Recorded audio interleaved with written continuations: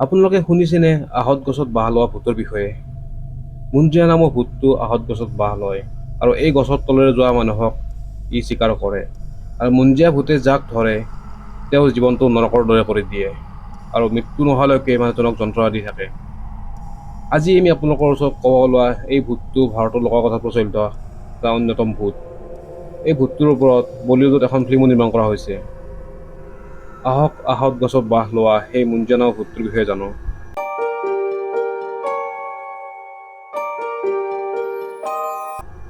মুঞ্জিয়া নামৰ ভূতটো আহঁত গছত বাঁহ লৈ থাকে। মুঞ্জিয়াই চিকাৰ কৰিবৰ বাবে বেলেগত যাব নালাগে, কাৰণ মুঞ্জিয়াৰ কিছুমান এনেকুৱা শক্তি আছে যাৰ বাবে ৰাতি যদি মানুহে মুঞ্জিয়া থকা ঠাইৰে যায়, মানুহজনে নিজে নিজে মুঞ্জিয়া থকা গছডাললৈ গুচি যায় আৰু তাত মুঞ্জিয়াই মানুহজনক চিকাৰ কৰে। মুঞ্জিয়াৰ উৎপত্তিৰ বিষয়ে আমি পোৱা কাহিনীটো আপোনালোকক কৈ দিছোঁ।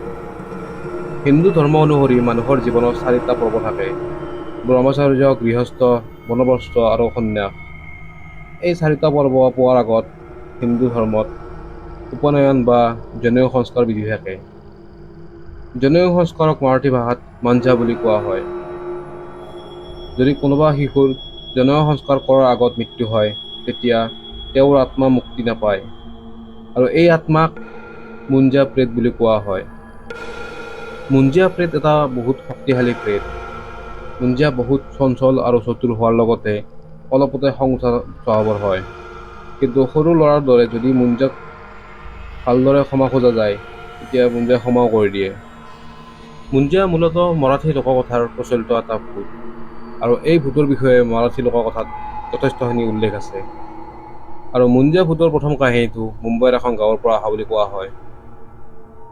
সেই গাঁওখনত এজন ল'ৰাৰ জনেউ সংস্কাৰৰ ক্ৰিয়া বাকী আছিলে আৰু তেওঁৰ সেই জনেউ সংস্কাৰ কৰাৰ ঠিক সময়ৰ আগত তেওঁ গাঁওখনৰ ওচৰতে থকা আহঁতৰ বাগিচা এখনলৈ যায় আৰু কোৱা হৈছিল যে সেই আহঁতৰ বাগিচাখন এজন সন্যাসীয়ে পাতিছিল আৰু তাত তেওঁ বিভিন্ন ধৰণৰ প্ৰেত, আত্মা এইবিলাক আনি গছে গছে বান্ধি দিছিল।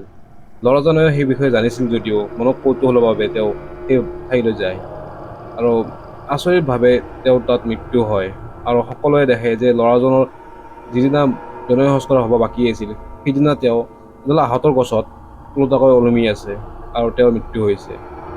আৰু ইয়াৰ পিছৰ পৰা সেই ল'ৰাটোৰ আত্মাক বাৰে বাৰে দেখা গৈছিল আৰু তেতিয়াৰ পৰা মুঞ্জিয়া প্ৰেতৰ বিষয়ে মানুহে কোৱা আৰম্ভ কৰিলে।